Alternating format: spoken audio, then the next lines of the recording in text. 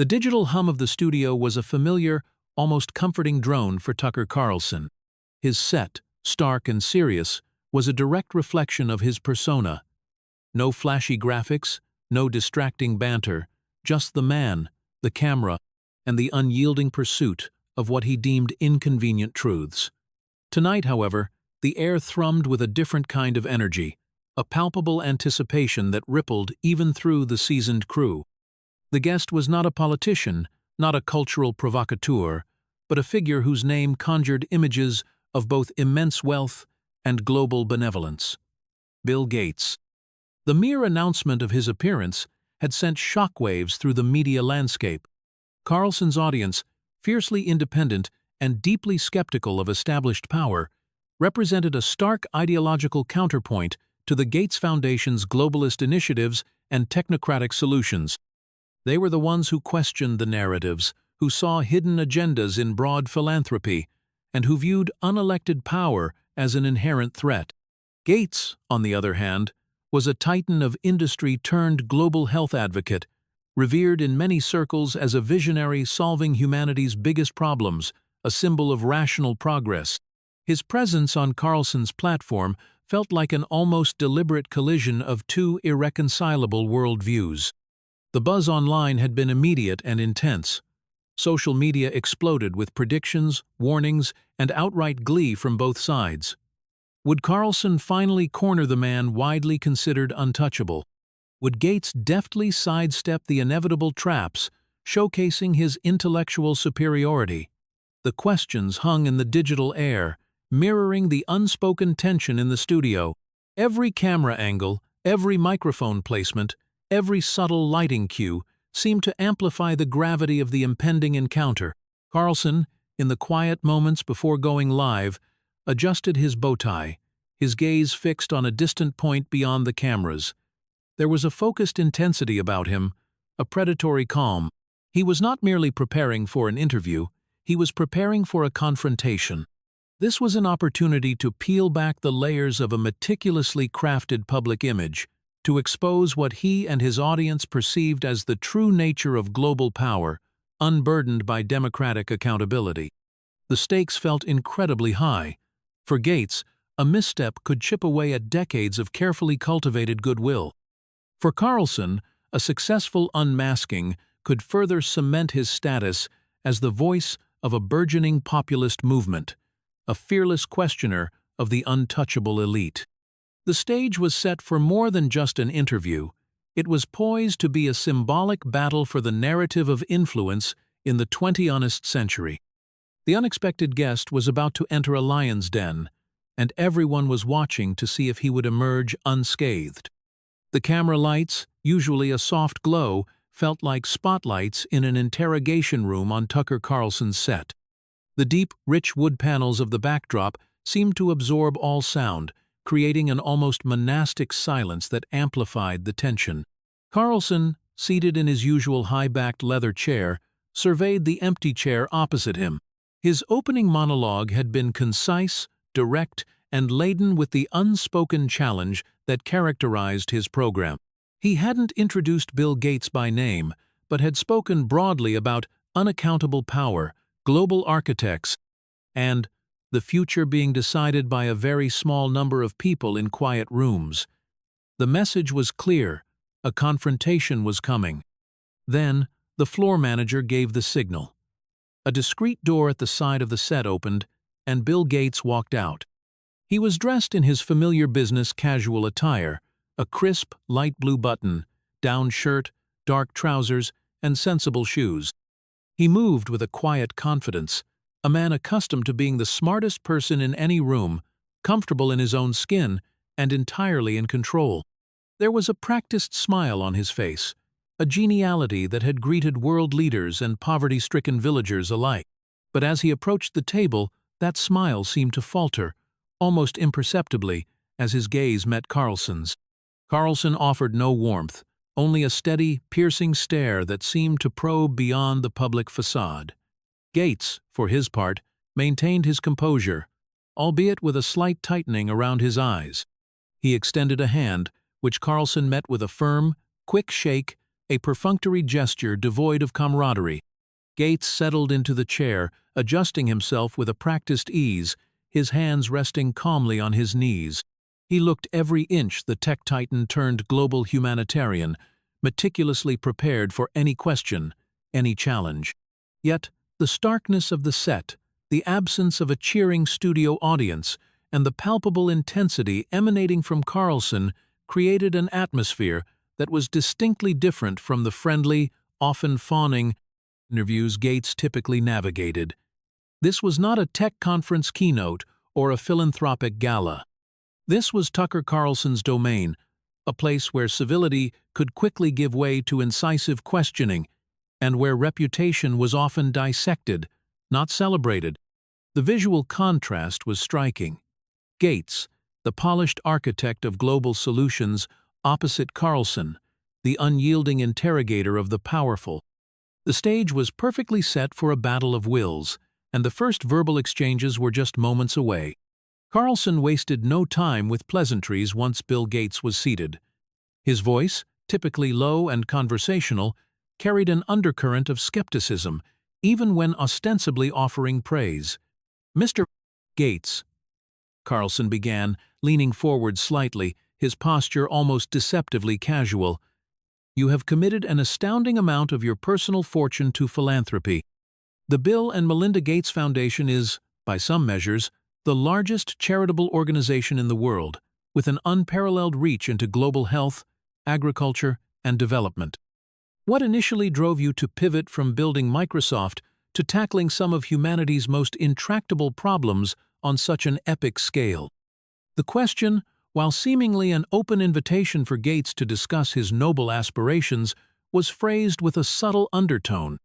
Carlson's emphasis on astounding amount, largest charitable organization, and epic scale hinted at the very magnitude of influence he intended to probe.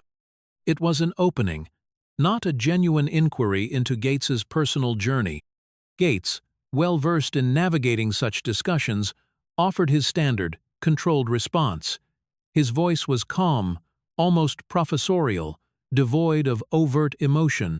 "Well, Tucker," he replied, a faint, practiced smile touching his lips, "it truly began with recognizing the incredible inequities in the world. Melinda and I read an article about children dying from preventable diseases in poorer nations, diseases that were easily treatable in wealthier ones. That just struck us profoundly. With the resources we had, we felt an immense moral obligation to apply the same kind of innovative thinking that built Microsoft to these global challenges." He continued, smoothly pivoting to the Foundation's work. "Our focus has always been on leveraging science and technology, vaccines, agricultural innovations, sanitation, to give everyone, no matter where they're born, a chance at a healthy and productive life.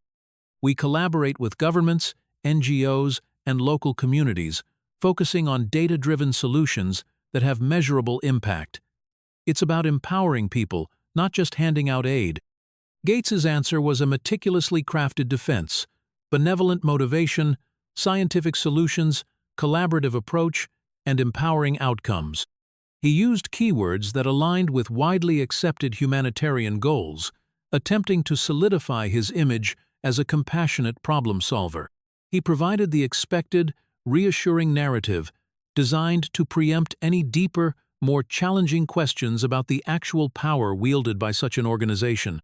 Carlson listened, his head tilted slightly, his eyes unwavering. He offered a slow, deliberate nod, acknowledging Gates's words, but his expression clearly conveyed that this was merely the prelude. The initial probing had confirmed Gates's well-practiced script, and Carlson was now ready to move beyond the surface. Carlson's nod was brief, almost imperceptible, signifying not agreement, but readiness to advance. He let Gates's words about collaboration and empowering people hang in the air for a beat, then seamlessly shifted gears, his voice dropping slightly, becoming more pointed. "Mr. Gates," he began, discarding the initial pleasantries, "with all due respect, when you commit billions of dollars to shaping public health policy across entire continents, When your foundation works directly with governments to implement new agricultural systems, when you're funding initiatives that influence everything from global vaccine distribution to digital identity programs, that sounds less like empowering and more like exerting immense, indeed unprecedented, power. Carlson leaned forward, his gaze intensifying, pressing the point. You are not an elected official. You don't answer to the voters of Nigeria or India, or even the United States, in any conventional sense. Yet, your influence, through the sheer scale of your funding and your foundation's reach, often dwarfs that of sovereign nations. Critics would argue this constitutes a form of de facto global governance, an unaccountable power wielded by a handful of unelected billionaires. How do you respond to the charge that you're effectively running large parts of the world without the consent of the governed? The language was precise, deliberately chosen to provoke. Unaccountable power, de facto global governance, without the consent of the governed. These were the terms that resonated deeply with Carlson's audience, tapping into a simmering distrust of global elites. He wasn't asking about Gates's good intentions, but about the fundamental nature of his influence. Gates's practiced smile tightened, almost imperceptibly. He shifted in his seat, a slight adjustment that belied a fleeting moment of discomfort. His brow furrowed just a fraction, as if he were parsing the words for their underlying accusation. He had encountered questions about influence before, but rarely framed with such bluntness, stripped of the usual diplomatic niceties. "Well, Tucker," Gates began, his voice losing some of its earlier smoothness, "that's a misunderstanding of how philanthropy works. We don't run countries. We partner with governments who identify their own needs and priorities. Our role is to provide the resources, the scientific expertise, and the data to help them achieve their goals. For example, when it comes to vaccines, we support existing global health organizations and local health ministries. We don't mandate anything. We offer solutions to problems identified by those on the ground." He continued, trying to regain his earlier confident rhythm. "Our foundation is transparent. Our grants are publicly listed. We are accountable to our mission, which is to reduce inequity. The scale of the challenges, like eradicating polio or addressing climate change, simply requires a global collaborative effort, and that's what we facilitate." Gates was attempting to reframe power as partnership and governance as facilitation, a carefully constructed defense against the mounting implication of overreach. The escalation had clearly landed its mark, forcing Gates onto more defensive ground. Bill Gates, though visibly challenged by Carlson's direct line of questioning, quickly reasserted his composure. He took a brief pause, a microsecond, to reset, before launching into a more expansive, yet still carefully measured, defense. He understood Carlson's strategy was to paint him as an unchecked global power broker, and he aimed to dismantle that narrative with his established counter-arguments. "The idea that we are somehow imposing our will on sovereign nations is simply not accurate, Tucker," Gates stated, his voice now regaining its even, authoritative tone. "Our model is built on partnership. When we invest in, say, agricultural improvements in sub-Saharan Africa, it's because local farmers and governments have expressed a need for better yields, for resilient crops that can withstand climate change. We then fund research, support local innovators, and help connect them with the tools and knowledge that can genuinely transform their lives. It's about building capacity within those nations, not replacing it." He continued, his gaze steady, directly addressing Carlson's accusation of unaccountable power. "Every dollar spent by the Gates Foundation is tied to specific, measurable outcomes that align with global development goals agreed upon by international bodies and, more importantly, by the countries themselves. We are accountable to the principles of effective philanthropy, to our partners, and ultimately, to the people whose lives we seek to improve. Our work is peer-reviewed, our data is scrutinized, and our strategies are constantly evaluated." Gates then shifted to a broader philosophical point, attempting to frame his work within a benevolent framework. The challenges humanity faces today — pandemics, climate change, extreme poverty, are global in nature. They don't respect national borders. Addressing them effectively requires coordinated global effort, sharing of knowledge, and significant resources. Philanthropy, particularly large-scale philanthropy, plays a vital role in de-risking new solutions, in funding research that markets won't, and in reaching the most vulnerable populations that governments sometimes struggle to reach. We see ourselves as a catalyst, an accelerator for progress, not as a controlling entity. He leaned back slightly, a subtle gesture of confidence, as if he had presented an irrefutable case. His defense was articulate, rooted in logic and established philanthropic principles. He avoided engaging directly with the more conspiratorial undertones of Carlson's questions, instead focusing on the verifiable, positive impacts of his work. He aimed to redirect the conversation from the nebulous concept of power back to the tangible benefits of his impact. He was trying to calm the waters, but Carlson's expression remained unyielding, suggesting that Gates's measured defense was merely a pause before the next, more direct assault. Carlson absorbed Gates's measured defense with a slight, almost imperceptible shake of his head. He allowed a beat of silence, letting Gates's final words echo, before cutting in with a question that aimed to pierce through the shield of benevolence. His voice lowered, taking on a conspiratorial edge that often captivated his audience, signaling that the gloves were coming off. "You speak of empowering nations, Mr. Gates," Carlson began, his eyes narrowing. "Yet there are significant concerns, particularly in the developing world, that your foundation's agricultural initiatives, like the Alliance for a Green Revolution in Africa, have pushed monoculture, GMOs, and chemical fertilizers, undermining traditional farming practices and increasing dependency on foreign corporations. Some even allege it's been a spectacular failure that's worsened food security for smallholder farmers. How do you reconcile claims of empowerment when local food sovereignty is arguably being eroded?" He didn't wait for a full response, pressing on, transitioning to a more widely debated topic. "And on public health, your foundation has been a dominant force in vaccine development and distribution.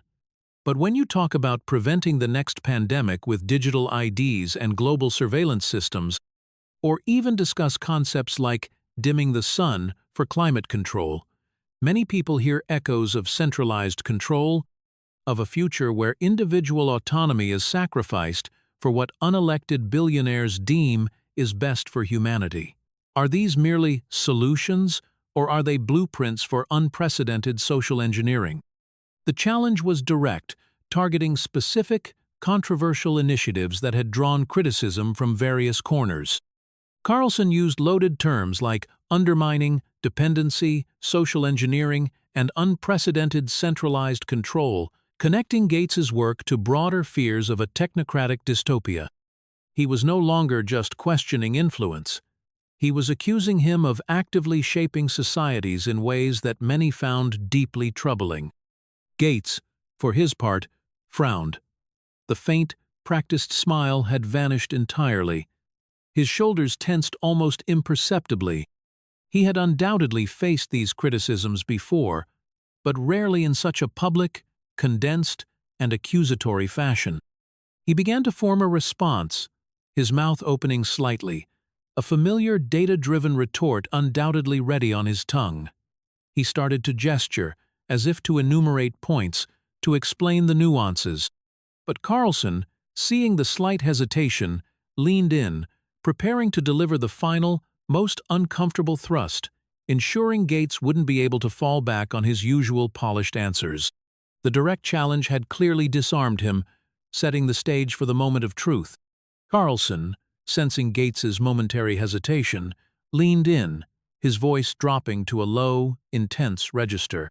He let the accusations about social engineering hang in the air for a deliberate beat, then delivered the question he had meticulously crafted, designed to cut through all the philanthropic rhetoric and expose what he and his audience believed was a deeper, more personal agenda. "Mr. Gates," Carlson intoned, his gaze unblinking, fixed directly on Gates's eyes, You have amassed a fortune that dwarfs the GDP of many nations. You have retired from running a tech empire to, as you say, save the world. But given the scale of your interventions, the sheer breadth of your influence from health to agriculture to climate, and the very specific, often technologically heavy solutions you champion, there are many, many people who simply ask, what's the end goal, really? What's the ultimate vision for humanity under your guidance? He paused, letting the question sink in, then delivered the razor's edge. And more pointedly, for a man who has always valued control and efficiency above almost all else, from operating systems to global health initiatives, is it truly about empowering the individual, or is it about creating a more manageable, more controlled future for everyone else? Directed from the top. The question was blunt, deeply personal, and laced with the ultimate accusation that Gates's benevolent facade concealed a drive for ultimate control. It was phrased to demand more than a policy explanation. It demanded a philosophical confession, an insight into the true motivations of one of the world's most powerful individuals.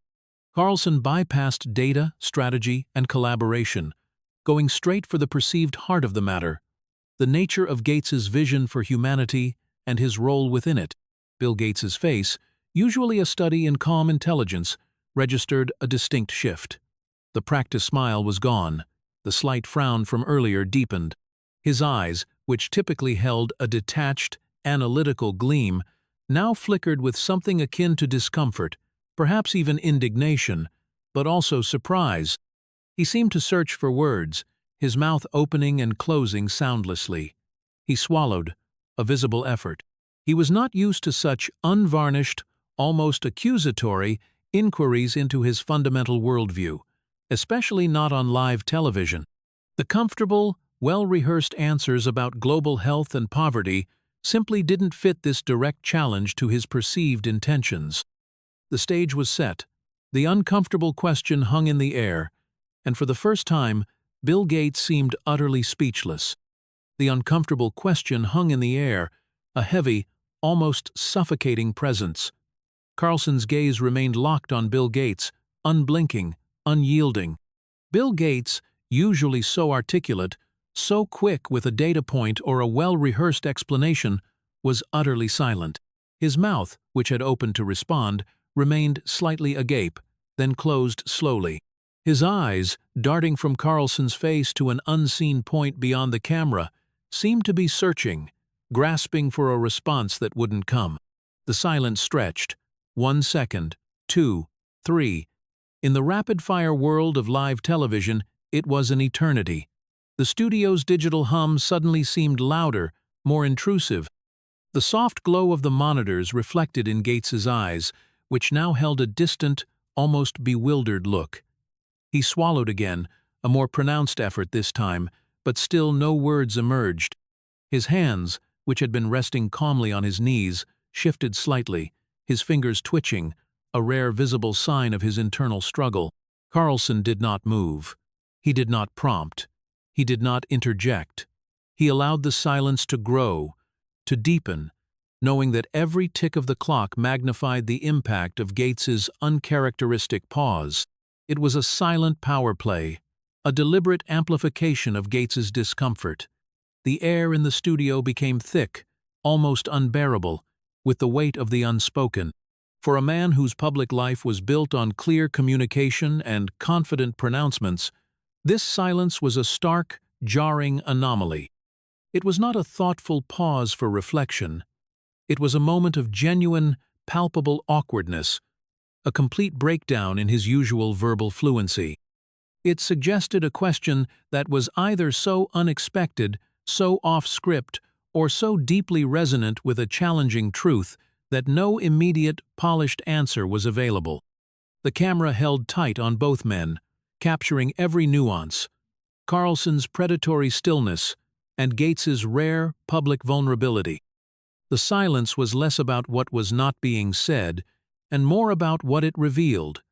A powerful figure confronted with a blunt, conspiratorial, adjacent question about his ultimate motivations, suddenly finding himself without a ready answer. The moment stretched on, agonizingly, until it was no longer just a pause, but a profound, unfillable void that spoke volumes more than any prepared statement ever could. The awkward silence had officially begun. The silence hung in the air like a physical entity, heavy and oppressive. For what felt like an eternity, the only sounds in the studio were the faint whir of the cameras and the subtle, collective intake of breath from the off-camera crew. Bill Gates, usually a paragon of controlled articulation, remained mute. His eyes, unfocused, seemed to be looking inward, grappling with a question that had clearly penetrated his carefully constructed defenses. His jaw was set, then released, as if struggling with an unseen constraint. The faint, almost imperceptible twitching of his fingers had intensified, betraying a rare moment of profound discomfort.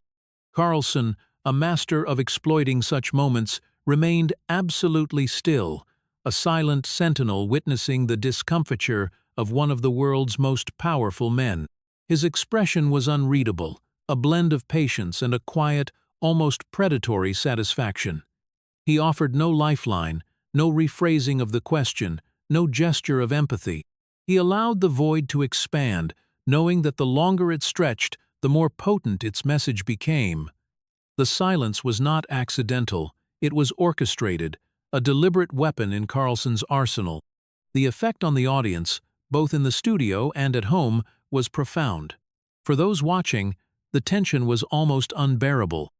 Every second of silence amplified the weight of Carlson's question. Was there indeed an unspoken, perhaps unpalatable, ultimate goal that Gates couldn't articulate? The lack of an immediate, smooth answer from a man known for his unflappable intellect created a vacuum, which for many quickly filled with suspicion and confirmation of long-held doubts. The camera held its tight shot, oscillating between Gates's troubled expression and Carlson's unwavering gaze. The starkness of the set seemed to amplify the raw, human drama unfolding. It was an unscripted moment of vulnerability, a crack in the polished veneer of global philanthropy. The silence was a mirror, reflecting back the anxieties of an audience deeply suspicious of concentrated power, whether economic or philanthropic.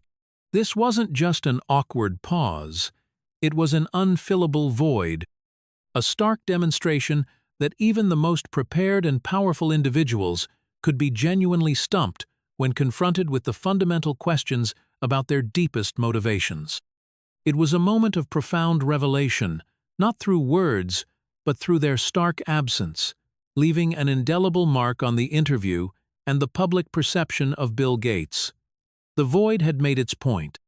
The silence, thick and heavy, had stretched to an agonizing crescendo.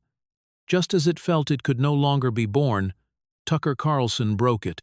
His voice, when it came, was soft, almost a whisper, yet it cut through the lingering tension with surgical precision. There was no theatrical flourish, no raised eyebrow, just a subtle shift in his posture and a quiet, almost sympathetic tone that belied the cutting nature of his words. "It's a complicated question, isn't it, Mr. Gates?" Carlson murmured, his gaze still fixed on Gates. There was no genuine offer of help in his voice, but rather a subtle implication that the question was so complicated, so profound, that even a mind as brilliant as Bill Gates's struggled to articulate an answer. He allowed a flicker of a smile to play on his lips, a mere ghost of a smirk, which quickly vanished, but not before it underscored Gates's discomfiture. He leaned back slightly in his chair, a subtle gesture of relaxation that starkly contrasted with Gates's visible internal struggle.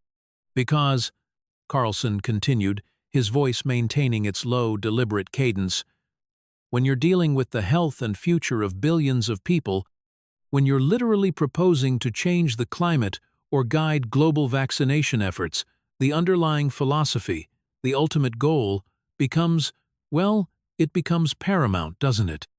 People want to know the why behind the what." Carlson's interjection was masterful. He didn't answer for Gates, nor did he repeat the question.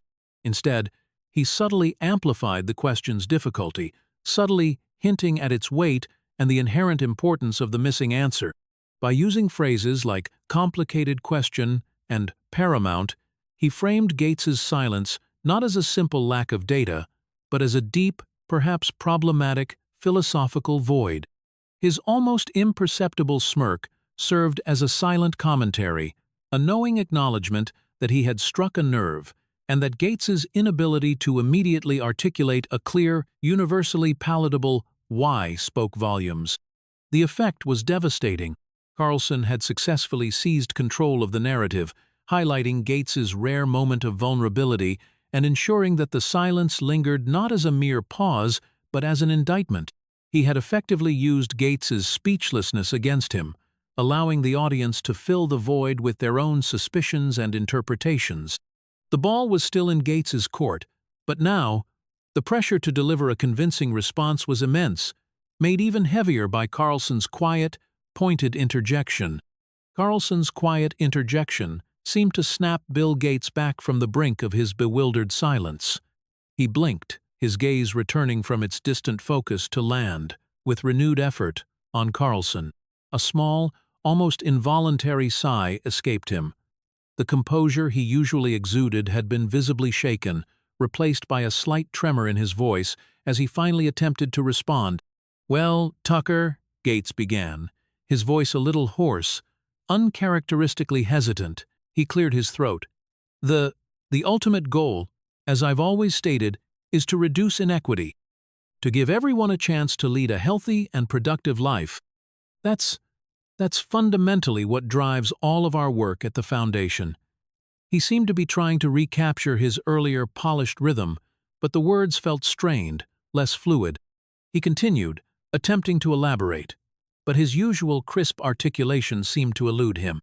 "You know, when we look at challenges like climate change or preventing future pandemics, these are global threats. They require global solutions. And our role is to catalyze those solutions, to bring together the best minds, the best science, and to make sure the resources are there, particularly for those who are most vulnerable." He gestured vaguely with one hand, a departure from his usual precise, confident movements. The answer felt hollow, a recycled statement that lacked the conviction and specificity of his earlier responses. It was a generic philanthropic platitude, offered almost as an automatic defense mechanism rather than a genuine, deeply considered reply to Carlson's pointed inquiry. He was trying to pivot back to his established talking points, to the narrative of benevolence, but the stammering, the slight hesitation, and the vagueness of his words betrayed the profound impact of the earlier silence. Carlson watched him, his expression impassive, a flicker of satisfaction in his eyes. He didn't interrupt, allowing Gates to fumble through his recovery. The moment of uncomfortable silence had clearly disarmed Gates, forcing him into a defensive posture, exposing a rare crack in his intellectual armor. He was no longer the unflappable visionary. He was a powerful man momentarily caught off guard, struggling to articulate a response to a question he perhaps hadn't anticipated or hadn't wished to answer quite so directly.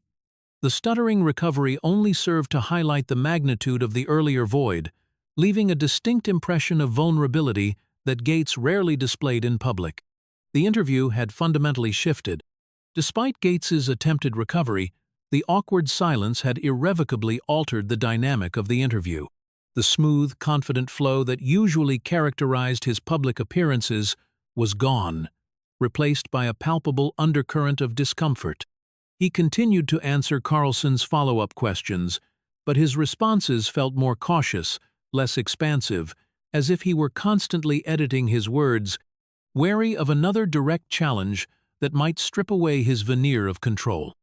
Carlson, having sensed and exploited Gates's vulnerability, maintained his aggressive, questioning stance. He didn't press further on the ultimate goal directly, but his subsequent questions were infused with the same underlying skepticism about Gates's influence and the scope of his initiatives. He asked about the profitability of vaccine investments, the land acquisitions by foundation-funded entities, and the potential for unintended consequences of top-down global solutions. Each question was a subtle probe, testing the lingering discomfort he had exposed. Gates's answers, though grammatically correct, lacked their usual conviction. His voice, while no longer stammering, had lost some of its resonant authority. He frequently referred to studies and data, relying heavily on objective facts to counter Carlson's more speculative, philosophical critiques. But the reliance on numbers and reports felt like a defensive crouch, a retreat from the personal, values-based challenge Carlson had posed. He carefully avoided any language that could be interpreted as admitting to an agenda beyond pure philanthropy. The atmosphere in the studio remained thick with unresolved tension. The unspoken question about Gates's ultimate vision hung in the air, an invisible weight that permeated every exchange. The camera occasionally held on Gates's face, catching fleeting moments of contemplation or a subtle tightening around his mouth, suggesting an internal battle to maintain his composure. Carlson, meanwhile, observed him with an almost clinical detachment, his eyes keen, dissecting every micro-expression. The interview was no longer a balanced exchange of ideas but a psychological chess match, with Carlson clearly holding the advantage. Gates, usually a master of rhetoric and persuasive argument, was now on the defensive, his usual impenetrable facade showing signs of stress. The lingering discomfort created by that singular moment of silence had successfully chipped away at his aura, leaving an impression of a powerful man who, when pushed beyond his prepared script, found himself on uncertain ground. The segment moved towards its conclusion, but the echo of that silence, and Gates's struggle to fill it, would undoubtedly define the entire interview. The immediate aftermath of Bill Gates's awkward silence was a media maelstrom. The clip instantly went viral, sparking polarized debates across news and social media. Carlson was hailed as a fearless inquisitor for exposing Gates's rare vulnerability, while Gates's image, though defended by some, was subtly fractured, revealing a less impenetrable facade. This singular moment became an enduring symbol in the ongoing discourse about unchecked global power, forever solidifying Carlson's role as a challenger of elites and fueling widespread skepticism about philanthropic influence. Thank you for watching. If you find this video interesting, here is another interesting video, and don't forget to share your thoughts in the comment section.